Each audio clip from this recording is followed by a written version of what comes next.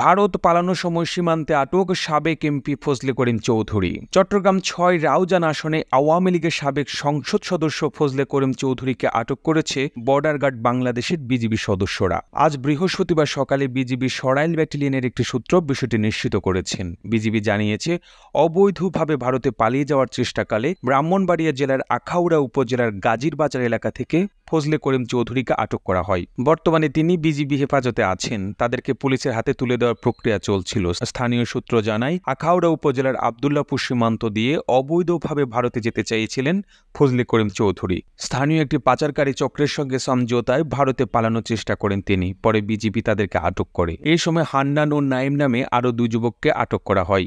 শেখ হাসিনার সরকার পতনের পর থেকে আত্মগোপনে ছিলেন ফজলে করিম চৌধুরী। ইতিমধ্যে তার বিরুদ্ধে চট্টগ্রাম ও রাউজানে একাধিক মামলা দায়ের করা হয়েছে। আওয়ামী লীগের আলোচিত নেতা ফজলে করিম চৌধুরী 1996 সালের ৭ম জাতীয় সংসদ নির্বাচনে চট্টগ্রাম ৬ আসন থেকে বিএনপির প্রার্থী চাচাতো ভাই গিয়াসউদ্দিন কাদের চৌধুরীর কাছে পরাজিত হয়েছিলেন।